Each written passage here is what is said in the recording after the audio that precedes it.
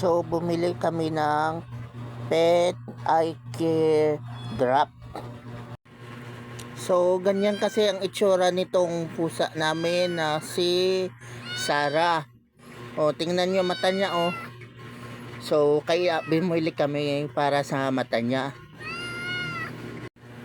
So, gagamutin ko na to si Sarah.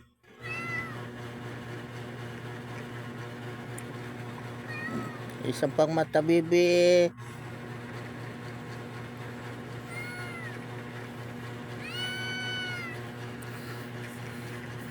So, yan. Bibi, gagamutin natin mata mo. Para di ka namutain. Dito pa sa kabila.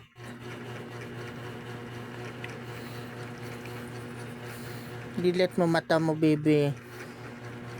Dilat.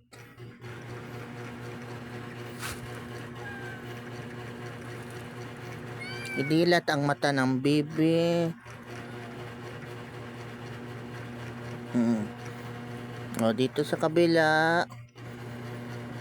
Okay.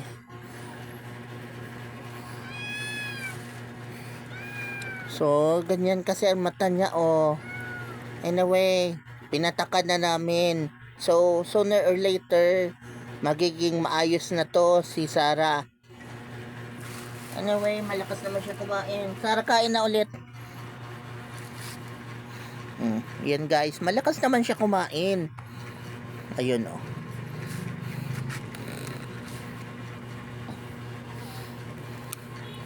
O, diba? Malakas kumain yan si Sarah.